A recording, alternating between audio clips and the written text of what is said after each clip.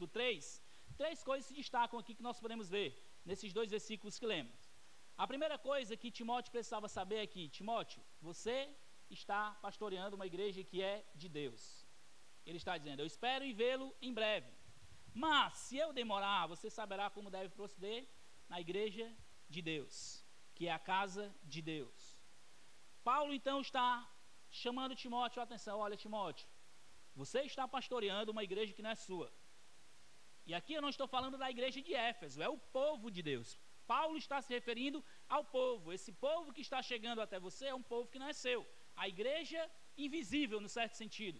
Timóteo estava lá em Éfeso, pastoreando aquele povo, mas Paulo não estava falando apenas do local, estava falando do povo. Esse povo que Deus te deu a responsabilidade, ele não é seu, ele é de Deus. E ele então diz outra informação muito interessante. Ela é a coluna e o fundamento da verdade. É por meio da igreja que a verdade é fundamentada e sustentada.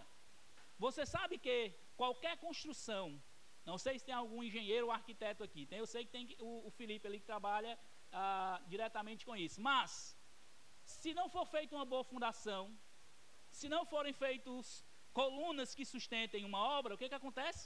Você pode fazer a mais bela obra que for, mas ela vai desmoronar em algum momento, vai ter problema em algum momento. É por isso que a igreja, o povo de Deus, é aquele que sustenta a verdade, no sentido de guardar as verdades da palavra de Deus. E Paulo está alertando Timóteo para isso. E a outra coisa que ele termina alertando, especialmente porque viriam muitas discussões ou dúvidas a respeito da pessoa de Jesus, ele termina falando aqui ou fazendo uma bela demonstração da obra de Cristo. Sem dúvida, grande é o mistério da piedade. Aquele que foi manifesto na carne, ou seja, nós vimos Jesus, ele está dizendo, justificado no Espírito, o Espírito deu testemunho dele, ele foi visto pelos anjos, pregado entre os gentios, crido no mundo e foi recebido na glória. É esse Jesus, é esse que é o dono da igreja que você é servo. E Timóteo então tem a responsabilidade de sustentar a verdade de Deus diante desse alerta de Paulo. E aí Paulo vai dizer, Timóteo, diante de tudo isso, o que vem para você é o seguinte. E aí nós vamos agora ler o nosso trecho de 1 Timóteo capítulo 4. A palavra de Deus diz assim: ora, o Espírito afirma expressamente que nos últimos tempos alguns apostatarão da fé por obedecerem a espíritos enganadores e ensinos de demônios, pela hipocrisia dos que falam mentiras e que têm a consciência cauterizada, que proíbem o casamento e que exigem a abstinência de alimentos que Deus criou para serem recebidos com gratidão pelos que creem e conhecem a verdade. Pois tudo que Deus criou é bom, e se recebido com gratidão, nada é recusável, porque é santificado pela palavra e pela oração. Expondo estas coisas aos irmãos, você será um bom ministro de Cristo Jesus, alimentado com as palavras da fé e da boa doutrina que você tem seguido. Mas rejeite as fábulas profanas e de velhas caducas. Exercite pessoalmente na piedade, pois o exercício tem algum valor, mas a piedade tem valor para tudo, porque tem promessa da vida que agora é e da que há de vir. Fiel é esta palavra e digna de inteira aceitação, pois é para esse fim que trabalhamos e nos esforçamos, porque temos posto nossa esperança no Deus vivo, Salvador de todos e especialmente dos que creem. Ordene estas coisas e ensine-as. Ninguém o despreze por você ser jovem. Pelo contrário, seja um exemplo para os fiéis na palavra, na conduta, no amor, na fé, na pureza. Até a minha chegada, dedique-se à leitura pública das Escrituras, à exortação e ao ensino. Não seja negligente para com o dom que você recebeu, o qual lhe foi lhe dado mediante profecia, com imposição das mãos do presbitério. Mas dite essas coisas e dedique-se a elas, para que o seu progresso seja visto por todos. Cuide de você mesmo e da doutrina. Continue firme nesses deveres, porque fazendo assim, você salvará a si mesmo, como aos que o ouvem.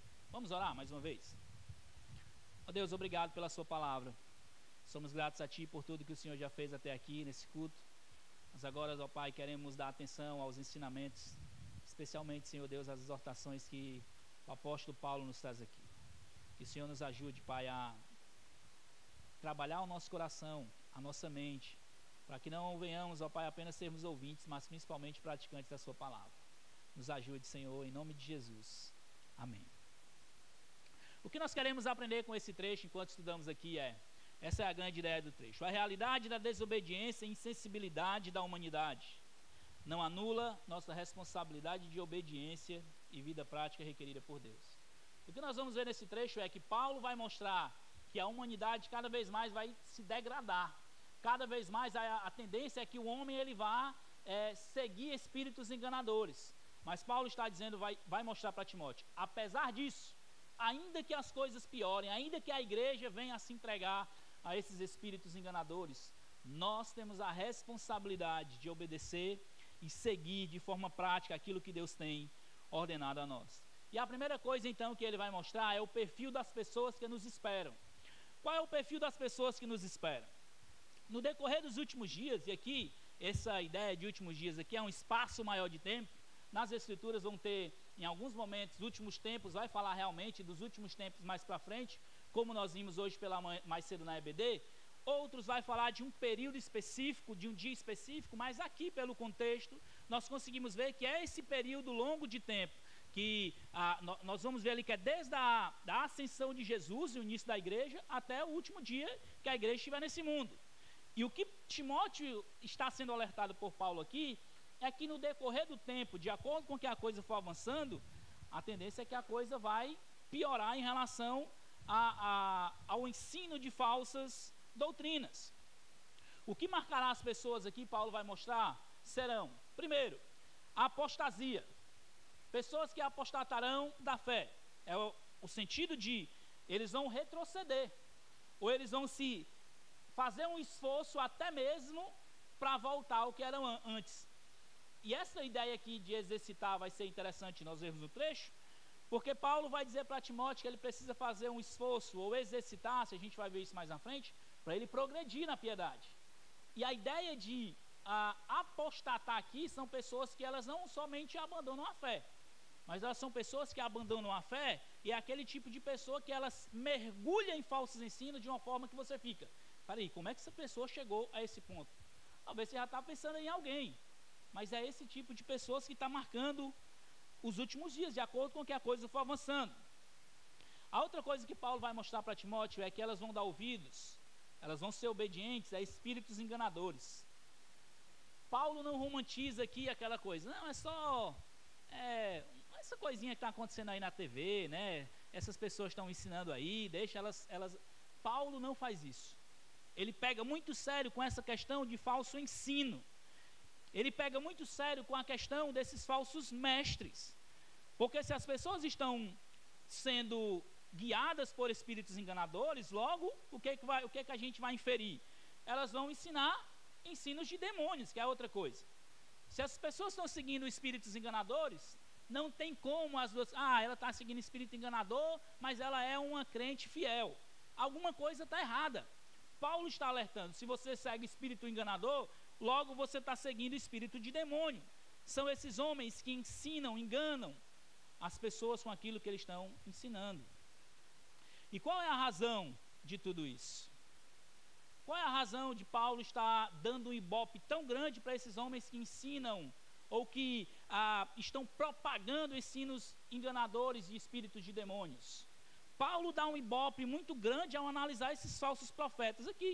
Ele podia simplesmente dizer, Timóteo, vai vir aí alguns falsos ensinos, então se prepara para cuidar do povo. Mas ele não, ele foca aqui. Ele dá um alerta, ele traz o povo a prestar atenção nisso aqui. Qual é a razão de tudo isso? O homem está cada vez mais insensível para a verdade de Deus. É isso que Paulo vai ensinar. O homem vai estar cada vez mais insensível para aquilo que Deus está ensinando. Por que nós vemos as pessoas fazendo tudo o que fazem hoje e achando que está normal? Espera aí, coisas que a palavra de Deus está dizendo claramente que é errado, mas as pessoas estão fazendo e querendo justificar.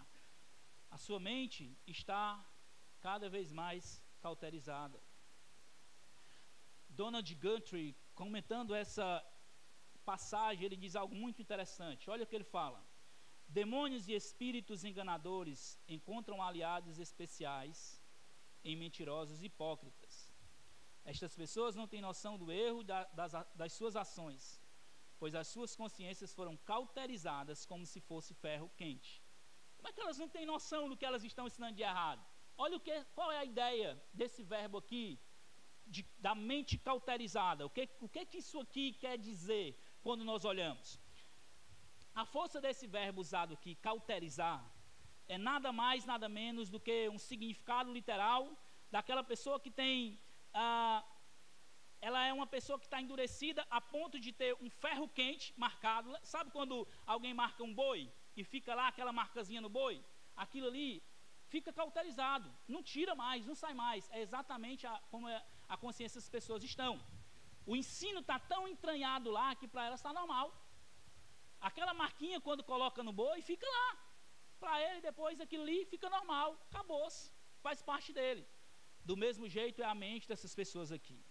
A ideia é que a mente delas estão tão cauterizadas que elas estão ensinando essas coisas e achando que está tudo normal, achando que está tudo correto. Pessoas estão sendo enganadas, pessoas estão sendo praticamente assaltadas ali na televisão ou nos rádios muitas vezes, e as pessoas estão lá achando que aquilo tudo é normal. Esses homens em seus ensinos estão tão tranquilos porque a sua consciência os deixou de alertar. A consciência desses falsos ensinos, desses falsos mestres, é tipo assim, a gente às vezes, eu já me perguntei algumas vezes, rapaz, será que a consciência desses caras não pesam de tudo que eles estão fazendo, ensinando, a palavra de Deus sendo deturpada? Se você leva a sério, como nós levamos, o estudo da palavra de Deus aqui, quando eu vou preparar uma pregação, eu fico ali, estava até comentando com os meninos, eu preparei a pregação ontem, mas aí quando foi à noite eu fui estudar e achando mais coisas, estudando, quando eu vi, já estava de madrugada. E eu fico pensando, peraí, não é porque eu quero apenas aparecer para o meu povo, é porque eu sei da responsabilidade que a igreja não é minha. Eles precisam ser alimentados corretamente. Eu me pergunto, mas como que esses homens não ficam com a consciência pesada? E esse trecho me ajudou muito a compreender isso. Quando eu estava estudando um pouco dessa palavrinha e entender o que é cauterizado, eles estão ali tão tranquilos porque eles acham que estão certos. E isso, tristemente, é uma das consequências piores que Deus pode fazer com um desses homens. Deixar a consciência deles sem alerta. Aqui está um alerta para nós, meus irmãos, que nós deveríamos pensar sobre isso e deveria nos trazer tremor e temor diante de Deus. Viver uma vida cristã e frutífera e estar tranquilo com isso é perigoso. Viver uma vida cristã sem sentir o peso e o lamento pelos nossos pecados é perigoso. Viver uma vida cristã sem a mínima preocupação em ter tempo para Deus é perigoso.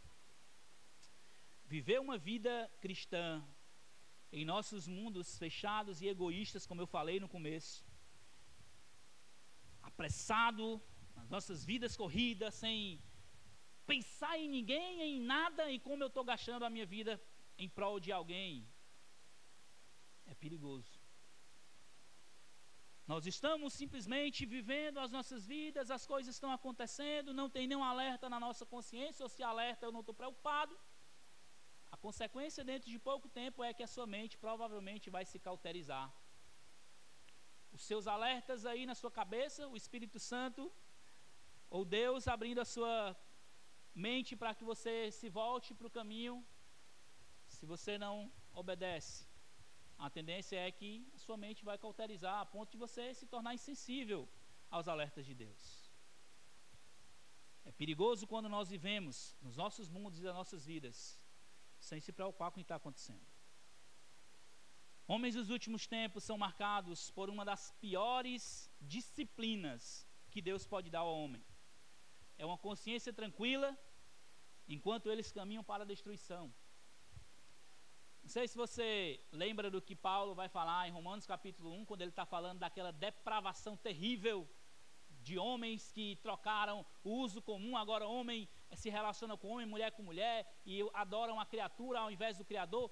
Paulo, ele chega lá, bem na frente do texto, versículos até fácil de você memorizar, 24, 26 e 28. E Paulo ele vai dizer algo que é muito interessante, mas também muito doloroso de se ver. Paulo, quando ele chega lá na frente, versículo 24, ele diz assim: por isso Deus os entregou à impureza, pelos desejos do coração deles para desonrarem ao seu próprio corpo. Deus os entregou à pureza. É como se Deus dissesse: aí é? Vocês querem viver na impureza? Tá bom, pois vai. Pode ir. Deus dá corda. O homem chega a um ponto de uma depravação tão terrível que Deus diz: tá bom, vá. No final a gente se encontra. No final a gente vai conversar.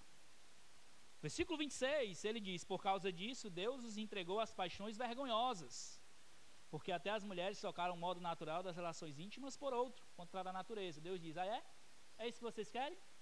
Aí, corda para vocês. E o versículo 28 ele diz: e por haverem desprezado o conhecimento de Deus, o próprio Deus os entregou a um modo pensar reprovável para praticarem coisas que não convêm. Os homens dessa geração, quanto mais o tempo avança para o dia de encontrarmos com Cristo, eles são marcados por uma das piores disciplinas que existe, que é estarem tranquilos enquanto estão vivendo em desobediência ao Senhor. Eu não sei se isso traz um certo tremor no seu coração, mas para mim sempre, quando eu olho esse trecho, isso me traz um certo tremelique, em pedir ao Senhor que nunca me deixe insensível às minhas desobediências, aos meus pecados. E aqui eu não estou falando, irmãos, de... Você pode estar pensando aí, se você é casado: se eu cometi imoralidade contra a minha esposa, se eu agredi... Coisas grandes. Eu queria que nós pensássemos em coisas cotidianas. O nosso tempo que a gente não tem com Deus. Eu gasto 24 horas do meu dia entre dormir, trabalhar e cuidar de meninos, estudar, e eu não tiro um tempo para ter com o Senhor. Como é que eu estou tranquilo com isso? Simples fato de eu viver as minhas vidas cheio de perdidos me rodeando e eu não falar do Evangelho para eles. Se você olhasse as pessoas de uma forma espiritual, você olhasse as pessoas perdidas, você iria vê-las queimando no inferno, que é a realidade delas, como inimigas de Deus. Se nós olhássemos para isso, nós deveríamos pelo menos alertá-las. Você está caminhando num caminho perigoso e você precisa se voltar urgentemente para o Senhor. E nós não estamos preocupados com isso. Nós estamos deixando os nossos filhos crescerem. Eles estão aí já saindo da fase de criança para alguns, já se tornando na fase de adolescente para outros já se tornando adultos. E eles não têm valores eternos ensinados por nós como pais. Os nossos filhos não estão preocupados, ou muitos deles não pensam mais em gastar as suas vidas com a obra missionária, porque nós estamos pensando só no aqui e agora. Gastar a vida em prol do Evangelho, em prol da obra de Deus, ser missionário, não, peraí, isso aqui, quando tu se aposentar, tu vai. Primeiro não. Nós estamos insensíveis às coisas que Deus nos alerta.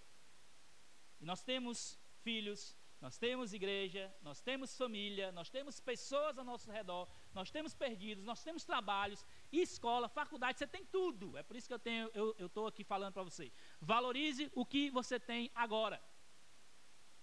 Vai chegar um tempo que você não vai ter. E um dia nós vamos estar diante do Senhor, seja você como um salvo que vai prestar contas do que você fez, ou seja você como um perdido que vai estar diante de Deus e vai ser condenado eternamente. Todos nós estaremos diante de Deus. A questão que Paulo está nos alertando aqui hoje é que os perdidos são marcados por insensibilidade. Nós não podemos ter essa marca, meus irmãos. Como filhos de Deus, nós não podemos ser marcados por insensibilidade. Nós não podemos olhar o nosso povo aqui, os meus irmãos, e eu não ter a sensibilidade de servi-los de alguma forma. Eu não posso olhar os perdidos ao meu redor e eu não ter a sensibilidade de que aquelas pessoas, se ela morrer hoje, ou amanhã, ou daqui a uma semana, ela vai estar queimando eternamente no inferno. Eu não posso deixar que essa insensibilidade corroa a minha mente ao ponto de cauterizar e eu me tornar igual aos incrédulos. Nós não podemos fazer isso. E Paulo vai mostrar que no meio desses homens que têm suas mentes cauterizadas, há dois grupos muito perigosos. São os legalistas, aqueles que ordenam e proíbem coisas que Deus não ordena e que Deus não proíbe, e buscam enfatizar isso biblicamente. E são os liberais, ou libertinos, que é aqueles que querem viver as suas vidas imorais, ou as suas vidas do jeito que querem, e querem buscar também embasamento bíblico para isso.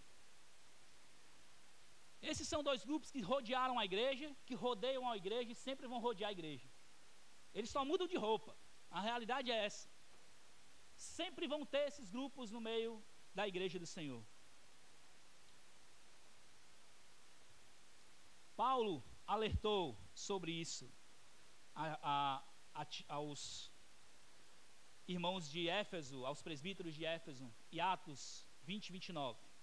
Paulo ele diz para eles: eu sei que depois da minha partida aparecerão no meio de vocês lobos vorazes, que não pouparão o rebanho de Deus. Paulo ele estava dizendo no meio de vocês, não vai ser de fora não, é no meio de vocês vão aparecer esse tipo de homem. É esse tipo de coisa que geralmente surge no meio das igrejas. Você pode lembrar isso aí, faça um exercício na sua mente, você lembra, rapidinho, de 2 ou 3, 4, 5, 6.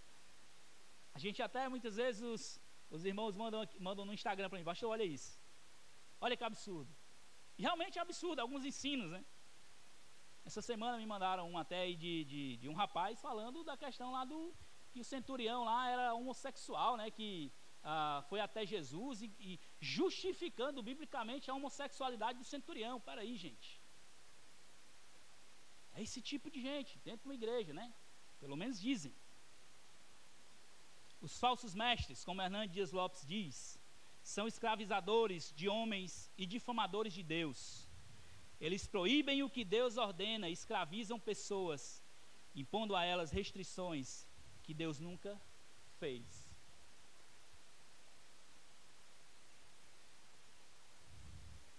Só voltando um pouquinho aqui. Outra coisa que o Hernandes Dias Lopes também que eu achei muito interessante foi que ele diz assim: peraí, como é que isso acontece dentro da igreja?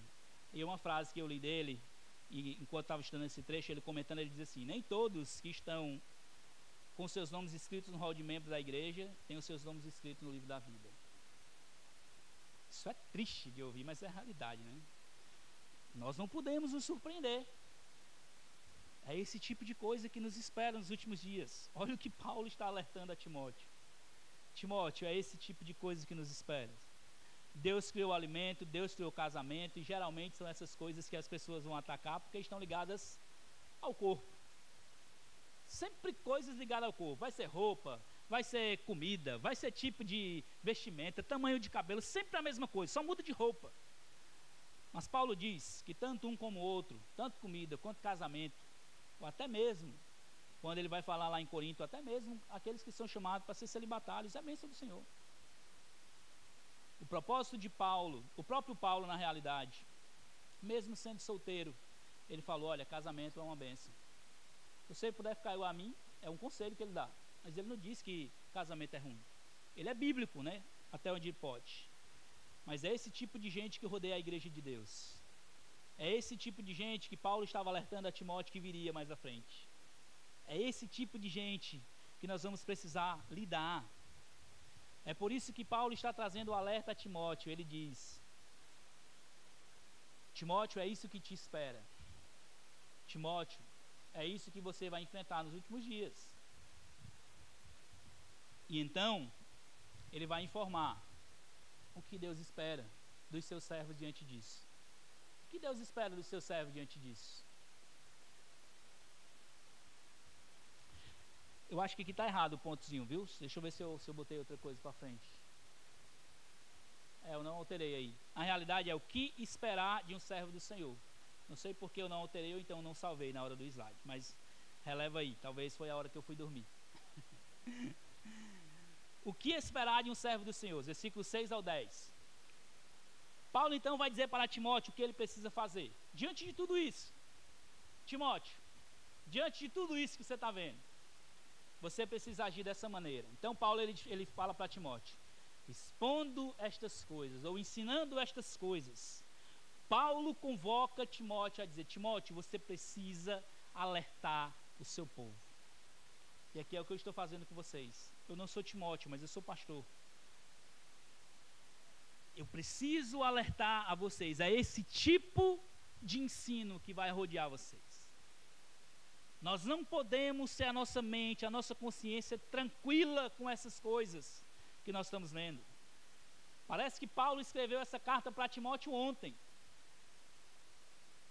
Muito atual quando a gente olha a carta. Você não pode dizer: não, pastor, isso aqui não tem nada a ver com a gente. Tem tudo a ver com a gente. Talvez nós não temos certamente falsos mestres no nosso meio, mas eles estão aí soltos. E nós precisamos estar alerta, porque se ele chegar, a gente vai precisar botar para correr. E ele diz então: Timóteo, se você fizer isso, você vai ser um bom ministro de Cristo. Paulo está dizendo: Timóteo, para você ser o contrário do que os falsos mestres são, você precisa ensinar ao povo o que a palavra de Deus diz. Você precisa ensinar estas coisas aos irmãos. Você só vai ser o contrário desses falsos mestres se você ensinar a palavra de Deus.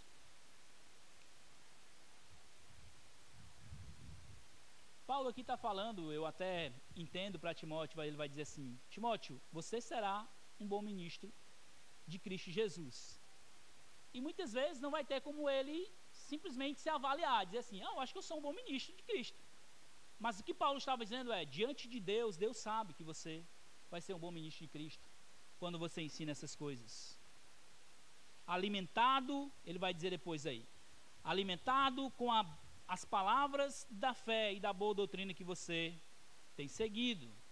Timóteo não tinha uma mente cauterizada ou estática. Ele estava constantemente se alimentando com as palavras da fé e da boa doutrina. Ele não estava olhando aquelas coisas acontecerem, ele estava tranquilo. Ele estava o tempo todo alimentando a sua mente com a palavra, com a fé que tinha recebido. Ele não estava estático com aquilo ali. Um ministro que não ama a palavra é um falso mestre, e certamente irá ensinar doutrinas falsas ou ensinos fracos para o povo. É natural. Isso aqui, irmãos, a gente pode olhar, Paulo está escrevendo uma carta pastoral, mas para nós é a realidade, para todo mundo. Se você não valoriza a palavra de Deus na sua vida, o que vai acontecer? Você vai morrer espiritualmente. A realidade é essa. Nós, como um todo, não fomos feitos para ser alimentados só por pastores ou por outras pessoas. Nós temos a palavra, nós temos o Espírito Santo. Os pastores, são guias, aqueles que estão ensinando, aconselhando, ajudando o povo a caminhar no caminho correto. Mas nós temos a responsabilidade. Se você, o remédio, o antídoto contra os falsos mestres, para que você realmente reconheça e fuja, é conhecendo e amando a palavra de Deus.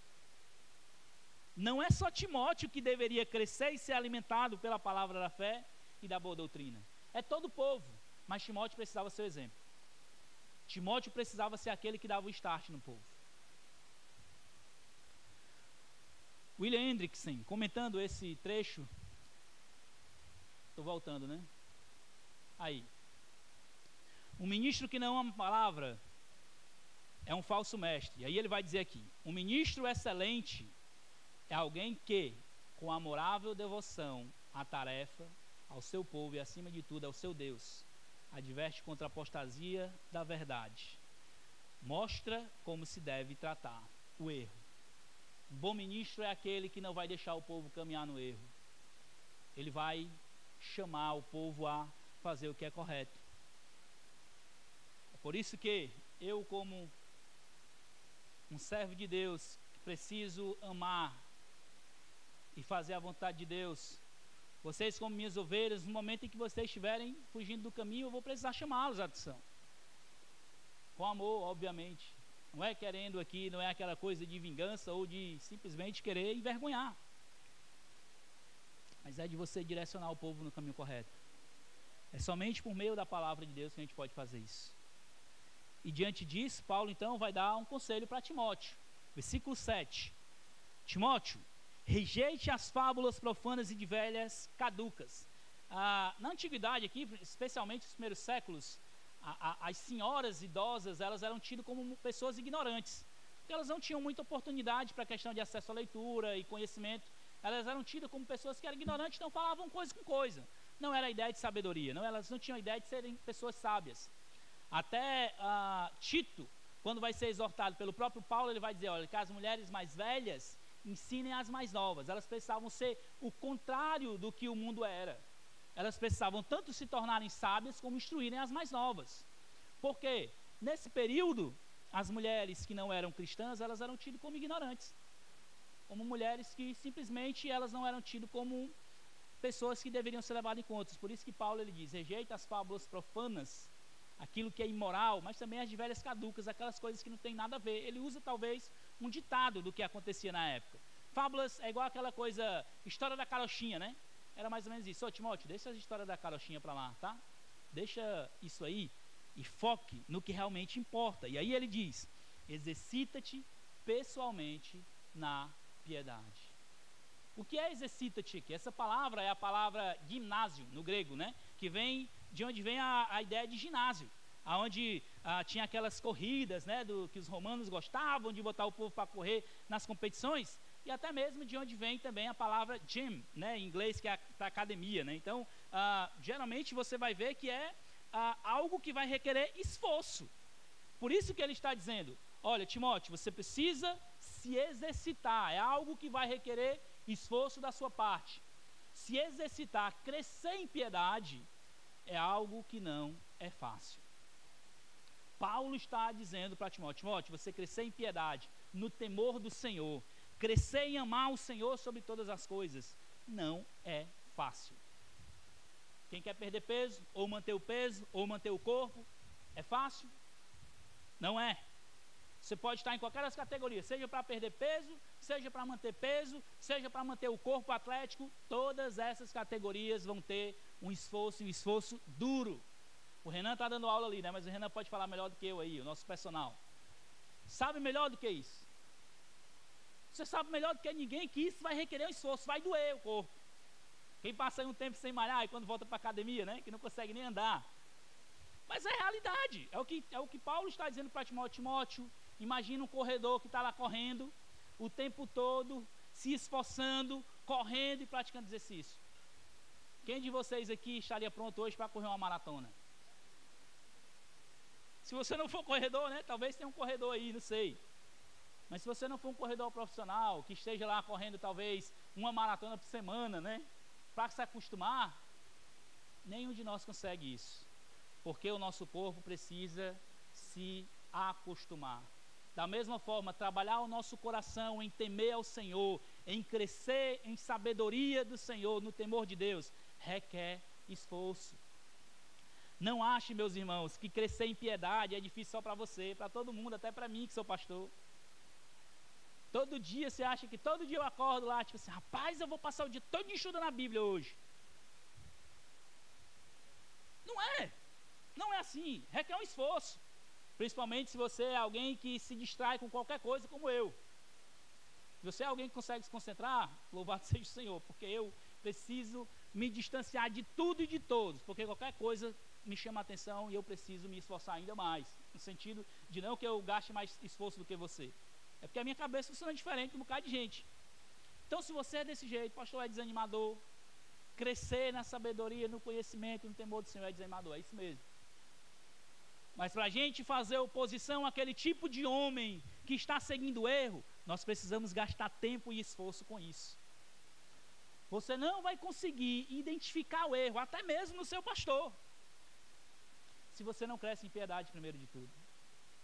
Sabe por que essas pessoas continuam nessas igrejas? Porque elas não crescem em piedade. Eu não conheço ninguém que começa a ler a Bíblia, começa a estudar um pouquinho da Bíblia e continua com esse falso mestre. Alguém conhece? Ninguém. Nós recebemos muitas pessoas aqui na igreja e também de outras igrejas que vêm desses falsos ensinos. A partir do momento que a pessoa começa a estudar um pouquinho, conhece o que a palavra de Deus diz, ela vai procurar um lugar que ela vai ser alimentada. É a realidade. Essa é a realidade. Você precisa se esforçar, batalhar, lutar contra o seu próprio corpo para que você cresça em piedade. E aqui, nessa luta da piedade, nós temos ainda um adversário que é cruel, que é o pecado. Está intrínseco a nós, né? Não é só aquela questão de, irmão, hoje eu não vou correr não. Não é só a preguiça, né? É o pecado que está intrínseco a nós. E é aquela guerra que Paulo fala, a luta da carne contra o espírito, é diária. Por isso que é cansativo. Crescer em piedade requer um esforço. Encare isso como se você estivesse correndo todos os dias uma maratona. Hoje eu vou decidir correr uma maratona espiritual para crescer em piedade. Eu vou crescer um pouco. Amanhã eu vou decidir correr outra maratona para crescer espiritualmente. Seja você como filho, seja você como esposa, seja você como esposo. Eu não guio o meu lar, pastor, espiritualmente, como pastor do lar ou líder do lar. Eu não guio isso, porque eu não sei, a coisa já está caminhando, não sei como fazer. Comece hoje, meu irmão. Batalhe para fazer isso hoje. Se você é uma esposa que tem agido de forma tola e não tem seguido aquilo que o Senhor diz para você, busque a palavra de Deus e mudar e crescer em piedade hoje. Amanhã você corre a maratona de amanhã. É todo dia. Né? A gente vai para a academia, aí tipo assim, rapaz, está todo dolorido. Amanhã tem outra dor. É natural. Do mesmo jeito é crescer em piedade. Por isso que Paulo usa essa palavra para Timóteo. E por isso depois ele fala nos versículos 9 e 10. Ele diz assim, pois o exercício físico, no versículo 8, perdão, o exercício físico tem algum valor, mas a piedade tem valor. Mas a piedade tem valor para tudo, porque tem a promessa da vida que agora é e daqui há de vir. Paulo está dizendo assim, ó, você pode fazer exercício físico. Não proíbe aqui. Tem algum valor e é bom. Mas, antes de crescer fisicamente, você precisa crescer em piedade. Faça os dois. Faça os dois bem feito. É isso que Paulo está dizendo. No caso de Timóteo e Paulo, como pastores, ele vai dizer no versículo 10 aí, olha só o que ele diz. Fiel é esta palavra e digna de inteira aceitação, pois é para este fim que trabalhamos e nos esforçamos.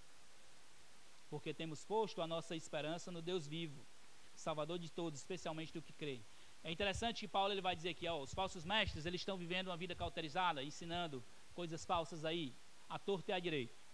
E Paulo ele vai dizer para Timóteo, nós trabalhamos e nos esforçamos para ensinar a verdade ao povo de Deus. É isso que é contracultural, as implicações difíceis de ser igreja nesses dias. Nós lotaríamos essa igreja aqui facilmente, se nós quiséssemos seguir a moda. Mas não é isso que Deus requer de nós. Não é isso que Deus requer do seu povo. Não é isso que Deus requer, que você siga o fluxo apenas. Deus requer que nós batalhemos, meus irmãos, para fazermos aquilo que Ele requer de nós. E aí nós vamos para o ponto 3, que é o final aqui, que é a batalha para proteger a verdade de Deus. Paulo ele vai dizer então para Timóteo, ordena essas coisas, versículo 11, ordena essas coisas e ensine-as. Ordene essas coisas e ensine-as. Ele vai dizer, Timóteo, você precisa ordenar essas coisas e ensinar. Não é porque você é novo que as pessoas podem te desprezar. Idade não é sinal de tolice, e muito menos também pessoas que são mais velhas é sinal de sabedoria. Nós conhecemos pessoas que são mais novas e são sábias e mais velhas que são tolas. É isso que Paulo está dizendo. Não coloque a desculpa da tolice na sua idade. E não ache que porque você é mais velho, você sabe de tudo. Esse é um alerta para nós. Não é porque você está ficando velho que você sabe de tudo. Não, não. Paulo está dizendo aqui, você, ainda que esteja velho, precisa crescer em piedade. E você, ainda que seja novo, não precisa ser tolo. Ele vai dizer, seja um exemplo. Primeiro, qual é o exemplo aí? Versículo 12. Seja um exemplo, lá no final, na palavra. É a ideia aqui de falar sem tropeçar. Aqui ele não está falando na palavra de Deus, não, é na ideia mesmo de falar. Falar sem tropeçar, tropeçar na própria língua, né? Sem um linguajar que precisa ser imoral. Você precisa falar com um linguajar puro. As suas palavras precisam ser verdadeiras e em momentos oportunos. Não é uma pessoa que fala em qualquer momento, de qualquer jeito, até mesmo para chamar atenção, fala de qualquer jeito, sem sabedoria. Paulo está dizendo para Timóteo, você precisa ser um exemplo no falar. Seja o momento certo ou com as palavras certas. Não é apenas palavra suja, mas também a forma como se fala. É isso que Paulo está alertando. Aqui cabe até o texto que Paulo fala em Efésios capítulo 4, 29 a 32. Não saia da boca de vocês nenhuma palavra suja, mas unicamente a que for boa para edificação, conforme a necessidade. E assim transmita graça aos que o ouvem, e não entristeça o Espírito de Deus, na qual vocês foram selados para o dia da redenção. Que não haja no meio de vocês qualquer amargura, indignação, ira, gritaria e blasfêmia, bem como qualquer maldade. Pelo contrário, sejam bondosos e compassivos uns para com os outros, perdoando-os aos outros, como também Deus em Cristo perdoou vocês. Esse é o exemplo que Deus requer. O modo correto de falar, as palavras corretas usadas no momento oportuno. Paulo está falando para Timóteo, para nós, que nós deveríamos ser exemplo nisso. A outra coisa é exemplo na conduta ou no procedimento. É o modo de agir. Nós não devemos agir de forma impulsiva. Não tomamos decisões sem pensar. A ideia do amor que foi pregado no domingo passado, o exemplo de Cristo como o amor, de amar as pessoas realmente sem fingimento. Ser um exemplo na fé, de proteger aquilo que ele acredita com firmeza. Estarmos firmes ainda que as coisas piorem. E por último, ser um exemplo na pureza. A palavra aqui para pureza, ela é traduzida, ela cobre não apenas aquela ideia de você ser puro ou com a ideia de castidade, mas além de tudo é a ideia de inocência e integridade no coração. Refere-se à pureza tanto no ato como no pensamento. Timóteo precisava ser um exemplo, assim como nós, tanto nos nossos pensamentos como nos nossos atos, seja de olhar, de falar, de ouvir. Nós precisamos ser um exemplo. Os versículos 13 e 14, Paulo ele vai para a conclusão, e ele vai dizer: até a minha chegada, dedique-se, ele vai dizer, à leitura da palavra, ao ensino, à exortação, não seja negligente. Proteger a verdade de Deus requer que nós sejamos firmes, fortes com aquilo que Deus nos deu em sua palavra.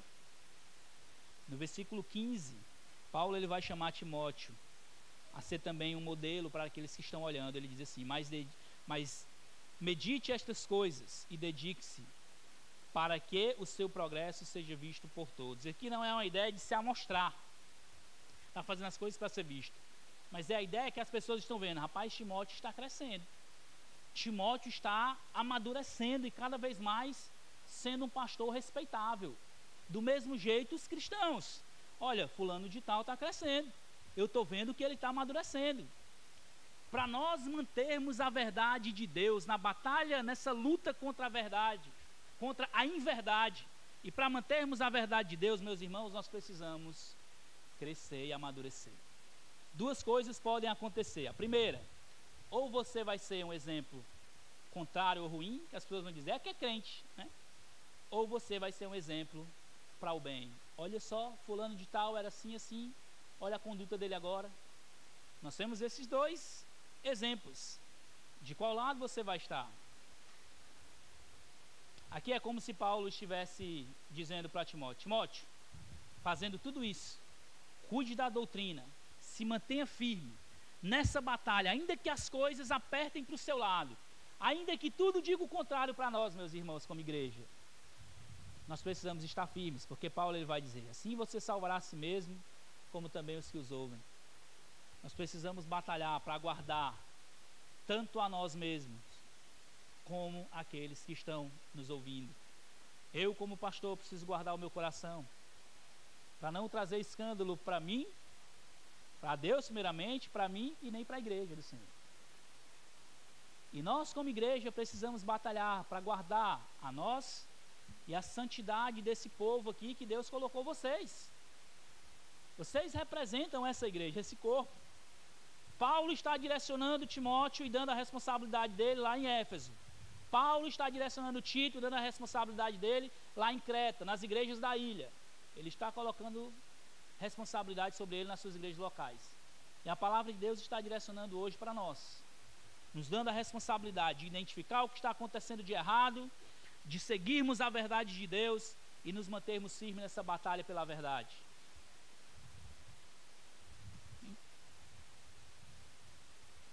Indo para o final, João Calvino, sintetizando esse trecho, ele diz assim: é como se Paulo dissesse: os homens que buscam glória, então que se alimentem da sua própria ambição e se congratulem com a sua própria engenhosidade.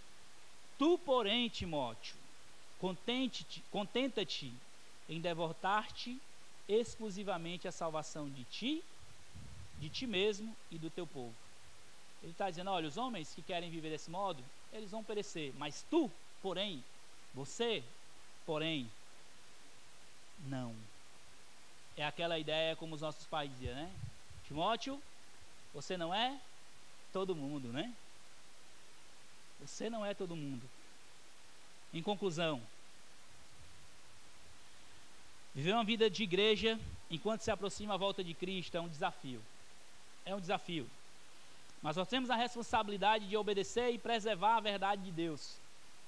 Nós temos a responsabilidade, irmãos. Eu não sei se você já pesou isso nas suas costas, mas a sua responsabilidade, se você é um servo de Deus, você tem a responsabilidade de preservar, de obedecer e preservar a verdade de Deus. E você começa fazendo isso com você mesmo, com a sua família e com a sua igreja local. Nós temos tudo. Nós temos tudo. Nós precisamos valorizar o que nós temos, e hoje. Não é amanhã, não é semana que vem, não é esperar o ano acabar, é hoje. Você vai obedecer ao Senhor quando? Terminando com algumas aplicações rápidas. Primeiro, reconheça o perigo que nos rodeia. Nenhum de vocês está isento em cair em falsos ensinos. Nenhum de nós está isento nisso. Como é que nós vamos não cair nesses falsos ensinos? Conhecendo a verdade, crescendo em piedade, sendo piedoso no sentido de obedecer, amar o Senhor e a sua palavra sobre todas as coisas. Reconheça o perigo que nos rodeia. Você pode dizer: não, para aí, pastor, já sei da palavra de Deus, já conheço as doutrinas, conheço os 5 pontos do calvinismo, conheço os 5 solas, né? Então tá bom. Meus irmãos, nós precisamos reconhecer que nós somos rodeados de perigos, e só a batalha para crescer em piedade que vai nos livrar disso. Depois, decida ser um servo da verdade. Vão ter muitos espíritos enganadores aí no meio do mundo, vão ter muitos filhos do diabo pregando inverdades e desvirtuando a verdade de Deus. E você precisa ser um servo da verdade. O que é um servo da verdade? É batalhar com todas as suas forças para manter a verdade de Deus. E isso vai ter uma consequência. Esteja pronto para as consequências que você vai receber. Você pode perder emprego? Pode. Você pode perder contratos? Pode. Você pode perder família? Pode também. Mas, na trincheira de defender a palavra de Deus, nós não estamos preocupados com as perdas. Nós estamos preocupados com aquilo que nós vamos ganhar. Nós estamos seguros de que logo estaremos com o Salvador. Isso é o que importa. Enquanto estamos aqui, nós vamos batalhar com todas as forças para defender a verdade. Se você está aí sendo um soldado meia boca, ou uma soldado, né? É uma soldado, né? Não existe uma soldada, né? Uma soldado meia boca. Deus está chamando você a vir para esse fronte de batalha, defender a verdade do Evangelho. Lutar para fazer a vontade de Deus vai ter um custo alto para você. Servir a Deus vai ter um custo alto para você. Servir aos outros vai ter um custo alto. Você vai ter que sair da sua zona de conforto. você vai ter que abrir mão de algumas coisas que você gostaria de fazer. É muito melhor estar em casa do que estar com os outros, é melhor. É muito melhor estar na minha cama do que estar gastando tempo com os outros. Abrir mão do nosso mundinho para se desgastar por outros, isso vai ser custoso para você. Mas essa é a vontade de Deus. Todo mundo está fazendo isso, mas nós não somos todo mundo. Nós, como Igreja Bíblica Batista do Eusébio, eu como seu pastor, eu não vou deixar você confortável no seu mundinho. Quando você estiver aqui, eu vou perturbar você. Vai perturbar com a palavra do Senhor. Eu não posso deixar vocês confortáveis, irmãos. Um dia eu vou prestar conta de cada um de vocês diante do Senhor. E como diz a palavra do Senhor, eu quero ser achado fiel. Vamos orar. Deus, obrigado pela sua palavra, Pai. Obrigado pelo encorajamento que o Senhor nos deu. Queremos pedir que o Senhor nos ajude a sairmos da nossa zona de conforto nesse mundo a qual o diabo está usando falsos homens, mulheres para propagar mentiras. Nós queremos, Senhor Deus, ser exemplos na nossa conduta, com as nossas famílias, na nossa igreja. Nós queremos ser servos que defendem a verdade, soldados que estão prontos para a batalha, defender a verdade do Senhor a todo custo, até mesmo ao custo das nossas vidas. Ajude a nossa igreja, ajude o nosso povo. Eu oro, Senhor Deus, pelo meu povo aqui, aqueles que o Senhor me deu a responsabilidade, que eu possa encorajá-los a saírem dos seus mundos rápidos e escondidos, para servirem ao Senhor e valorizarem aquilo que o Senhor já tem nos dado. Eu vou desmutar aqui, viu? Seja nas nossas famílias, nos nossos trabalhos e na nossa igreja local. Nos ajude, Deus, em nome de Jesus. Amém.